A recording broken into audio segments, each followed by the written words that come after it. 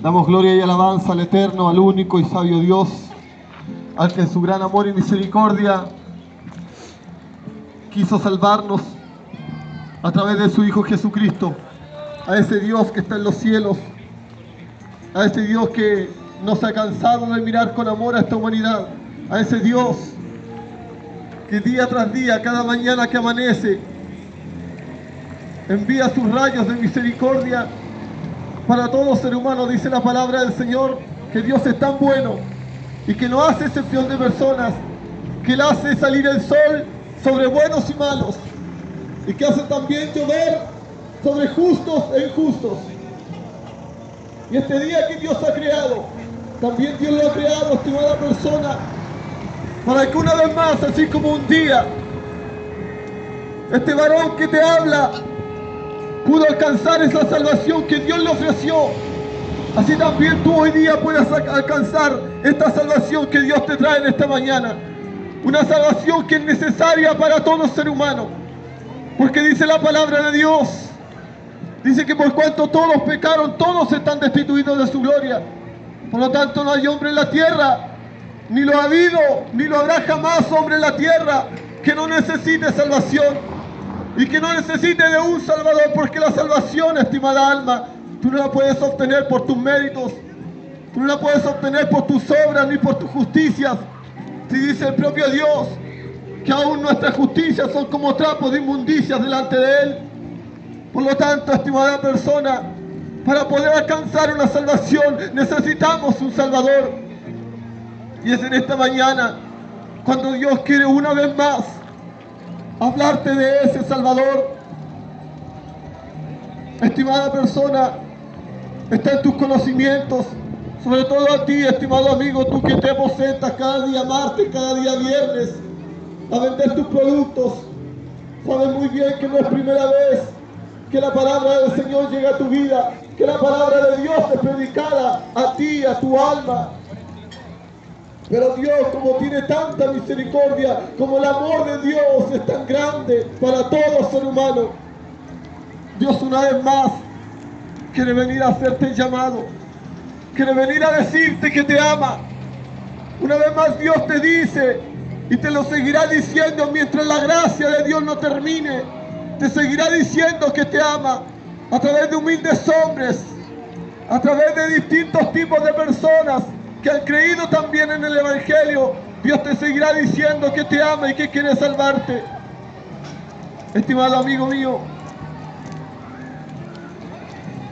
cada vez que el hombre de Dios, una mujer de Dios que tú ves, se detiene en algún lugar a entregarte el mensaje de salvación, o te pilla por la calle, o quizás llega alguien a tu casa a decirte que Dios te ama, no a venderte una revista, no a decirte si tú qué piensas de esto, no, a decirte enfáticamente que Dios te ama, que Dios quiere salvarte, que necesitas un Salvador.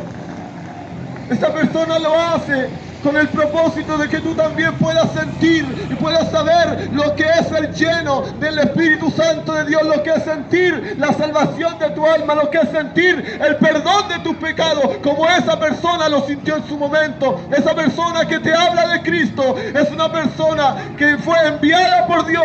Por lo tanto, estimada persona, cuando tú escuches a alguien decirte Dios te ama, ten en cuenta, ten muy claro que no es la persona solamente, sino es que Dios hablando a través de esa persona y diciéndote yo te amo, diciéndote yo quiero salvarte, diciéndote yo quiero darte una mejor vida, diciéndote yo quiero entregarte cosas mejores, porque tengo cosas mejores para ti, tengo mejores planes para ti. Tus planes son pequeños, tus planes son insignificantes cuando los comparamos a los planes que Dios tiene con nosotros. Quizás tus planes, estimada persona, sean de llegar a ser, gracias, a lo mejor una persona popular, o a lo mejor una persona que no sé, tenga muchos bienes. A lo mejor tus planes son de estudiar una buena carrera para poder acceder a un mejor salario. A lo mejor tus planes son tener una casa propia, una casa más grande. A lo mejor tener un vehículo. Pero sabes que todas estas cosas son insignificantes cuando las comparamos a los planes que Dios tiene con nosotros. Estimada persona, quisiera en esta mañana presentarte este plan de salvación.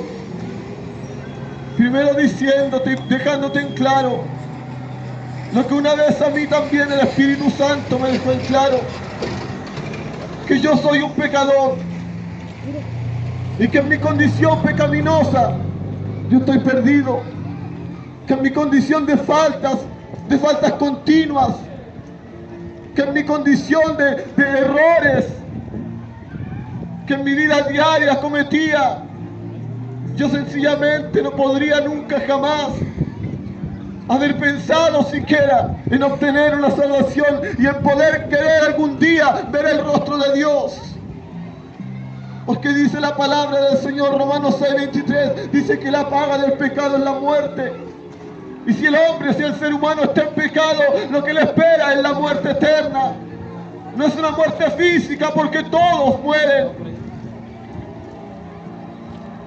Hebreos capítulo 9, verso 27, dice que está establecido para todos los hombres que mueran una vez. Por lo tanto, todos morimos, y esa muerte física no significa que esa es precisamente la paga del pecado.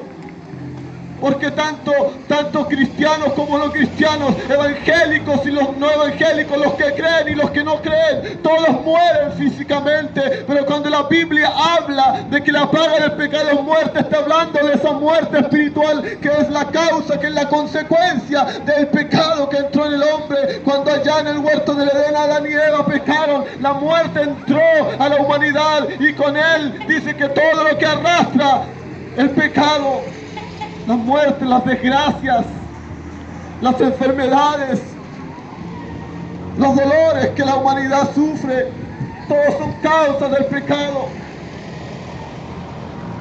Por lo tanto, estimada persona, no hay hombre en la tierra que pueda acceder a una salvación. Todos somos pecados, somos pecadores, todos hemos pecado delante de Dios.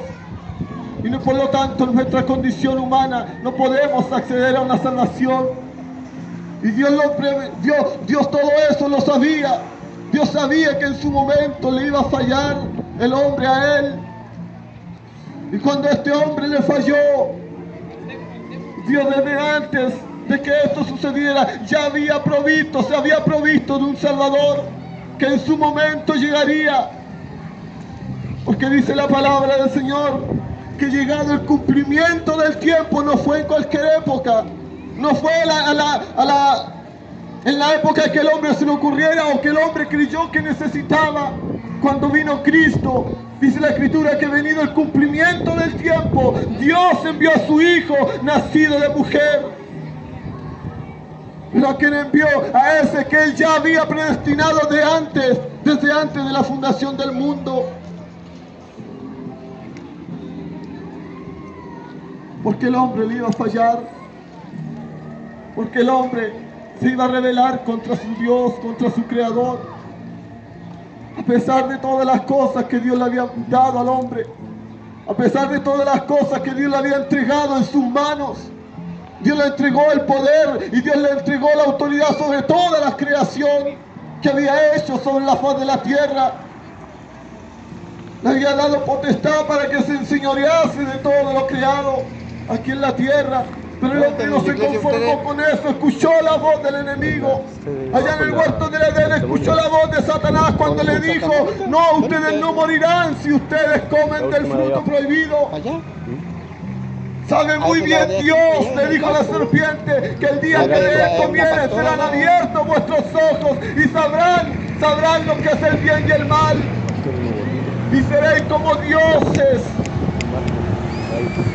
Fue el engaño de Satanás.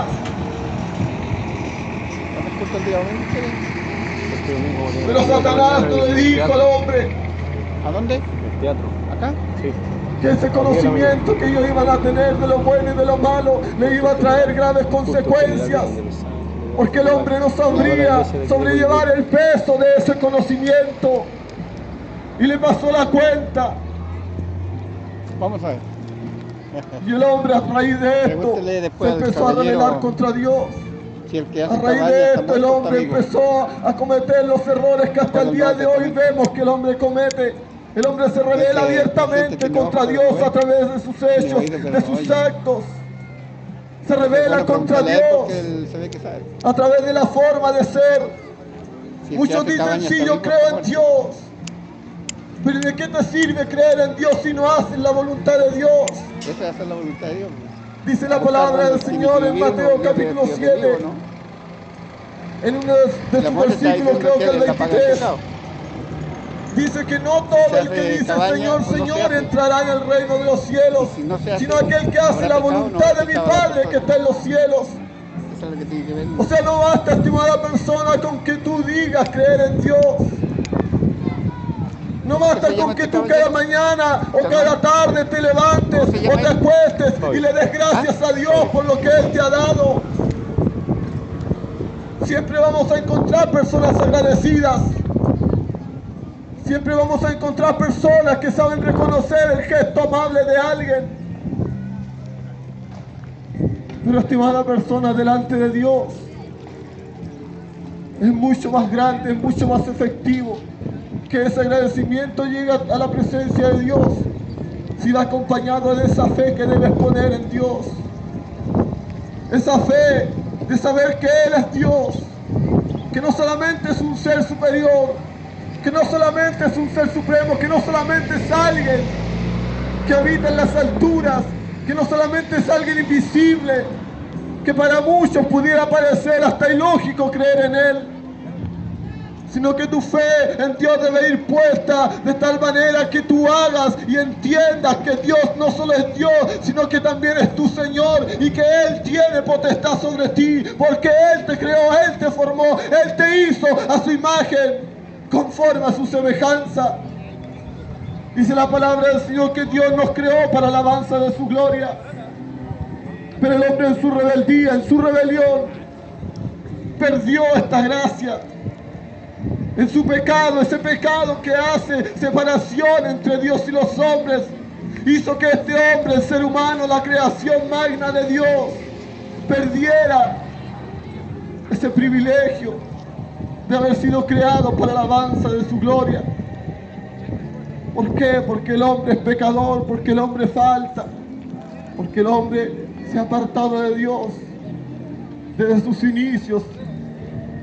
Y esto a pesar de que los años han transcurrido, podríamos decir que el hombre debería cansarse de pecar, debería haberse cansado de darle las espaldas a Dios, debería haberse cansado de vivir lejos de Dios. Pero muy por el contrario, esto ha ido empeorando a medida que el tiempo, a medida que los años, las épocas, las edades, los siglos han ido pasando. El hombre se ha vuelto peor. Jesucristo lo anunció allá en Mateo capítulo 24. Él dijo, y por haberse multiplicado la maldad, el amor de muchos se enfriará. Y eso ha sucedido, estimada persona. La maldad se ha multiplicado, la maldad se ha intensificado. Los hombres cada vez están más malos, más desobedientes, más soberbios, más contumaces. El hombre cada vez quiere hacer las cosas a su manera, sin contemplar la orden de Dios, los mandamientos, los estatutos, lo que Dios ha ordenado. ¿Por qué? Porque el corazón del hombre es malo. El hombre es intrínsecamente malo. Dice la palabra del Señor que el hombre tiene una lucha entre su carne y su espíritu. Pero aquel que no conoce a Dios, esa lucha siempre la va a ganar. Aquel hombre interno, aquel hombre malo, es ese hombre que tiene sus raíces en la maldad. La palabra del Señor en el capítulo 6 de Génesis dice que los hombres, el pensamiento de ellos era de continuo solamente el mal. Ellos pensaban todo el tiempo en hacer lo malo. Dice que los hombres de aquellos tiempos eran violentos. Cuando vamos nosotros a la época muy conocida por muchos, la época donde Dios derrama un diluvio de fuego y azufre sobre dos ciudades corruptas, sobre dos ciudades que estaban llenas de pecado, llenas de adulterio, llenas de fornicación, unas ciudades que estaban llenas de homosexuales. También en ese tiempo, en esas ciudades, la maldad dice que era tan grande que no había hombre que hiciera lo bueno, desde el más pequeño hasta el más anciano. Dice que todos se habían revelado con pecados flagrantes delante de Dios. Pecados que eran contra natura. Pecados que iban contra la naturaleza. Y sabe lo más triste, o lo triste que podemos contemplar hoy día, estimada persona, es que el propio Jesucristo dijo que en estos tiempos serían igual que los días de Sodoma y Gomorra, que estos tiempos serían igual que los días de Noé. Dice que en estos tiempos también los hombres no pensarían en Dios, no meditarían en Dios, no contemplarían los mandamientos de Dios, no guardarían la palabra del Señor. Dice que los hombres comerían, beberían, se casarían, se volverían a casar, plantarían, edificarían, estarían haciendo de todo cotidianamente, pero no se acordarían de Dios. En ese tiempo, en los días de Noé, dice que los hombres hacían todo esto. Dice, hasta que vino el diluvio y los destruyó a todos. ¿Por qué? Porque el viejito Noé, mientras construía el arca, les iba anunciando, les iba pregonando. Dice la Escritura que era pregonero de justicia. Este viejito Noé les decía que iba a venir un diluvio. Les decía que la tierra iba a ser destruida. Y quizás todos se burlaban de él. Nadie le creía. Tengo mis cosas que hacer, tengo mis negocios. Tengo una familia de quien preocuparme. No tengo tiempo para preocuparme de lo que tú estás diciendo, Noé. Pero el juicio de Dios ya estaba decretado sobre aquella generación. El juicio de Dios era inminente sobre aquella generación porque se habían rebelado contra Dios, contra su Creador. Habían pecados que eran innombrables. Pero al hombre no le importaba a Dios. Entonces el juicio de Dios, porque Dios es justo, el juicio de Dios en cualquier momento iba a caer sobre ese escenario terrenal. El juicio de Dios iba a caer sobre esa generación porque se habían rebelado contra Dios. Como les digo, el juicio de Dios iba a ser inminente porque Dios es justo. Dios no castiga a nadie si no tiene una razón para hacerlo. Y estimada persona, escúcheme y entienda bien esto. Cuando Dios decide castigar a alguien, Dios no lo hace porque sea malo. Dios cuando castiga a alguien por su pecado, lo hace con la intención de que esa persona pueda enmendar su camino, de que pueda entender. Si no quiso entender quizás al llamado de Dios, si no quiso entender cuando Dios le hablaba de una buena manera, cuando Dios le hablaba con amor, con palabras de amor, cuando Dios los llamaba con cuerdas de amor, Dios tiene que usar otros medios para que el hombre pueda encaminarse como Dios quiere, como Dios manda. Entonces el juicio de Dios cayó sobre esa nación, sobre esa generación.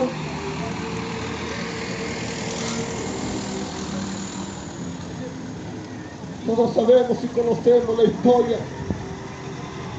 Sabemos que esa generación murió producto de un diluvio, quedó sepultada bajo las aguas del diluvio. Se abrieron las cataratas de los cielos, se abrieron las fuentes de la tierra y dice que se inundó todo y todos murieron. Eso es lo que dice la palabra del Señor. Dios dice que los destruyó a todos. En los días de Noé, en los días de Lot, también allá en Sodoma y Gomorra pasó exactamente lo mismo. Dios destruyó estas ciudades. Sodoma y Gomorra y las ciudades vecinas todas fueron destruidas porque la maldad era grande, el homosexualismo hacía nada en aquellas ciudades y hoy día parece que estamos buscando lo mismo. Hoy día parece que queremos que suceda lo mismo. Hoy día se le están abriendo las puertas a pecados también que van contra natura. Hoy día se están legalizando cosas que Dios ha prohibido. El hombre ha pasado por sobre las leyes de Dios. Dios dijo, Dios le dijo al hombre, no te acostarás con hombre así como lo haces con mujer. No te ayuntarás con ellos, porque esos son pecados contra natura. Pero hoy día las leyes les están permitiendo casarse hombres con hombres, casarse mujeres hombres con mujeres, en juntarse. Ahora vemos las consecuencias de lo que está pasando. Nuestros personeros políticos son los encargados de dictaminar estas leyes, de enviarlas al Parlamento, de hacerlas efectivas.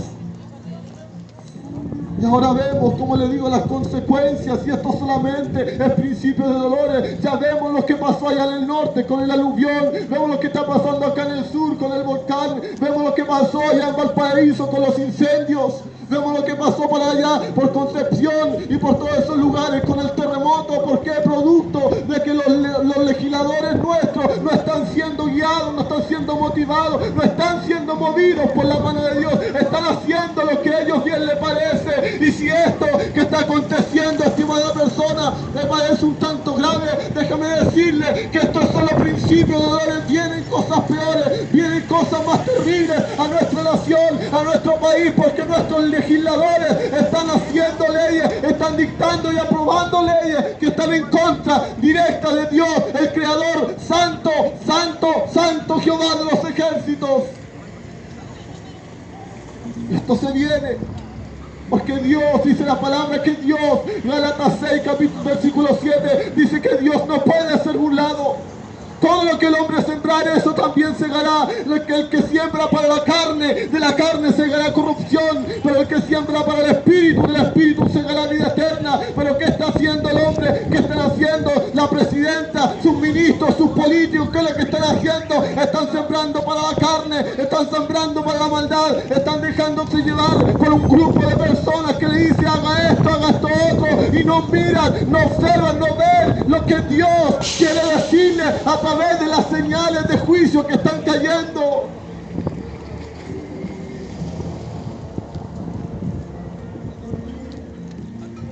Y usted sabe, usted que me está escuchando, usted sabe que esto es verdad. Las cosas que están pasando por casualidad. No me venga usted a decir que son cosas simplemente producto de la naturaleza.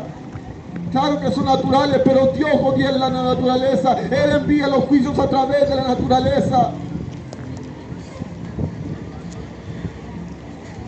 Para que el hombre pueda entender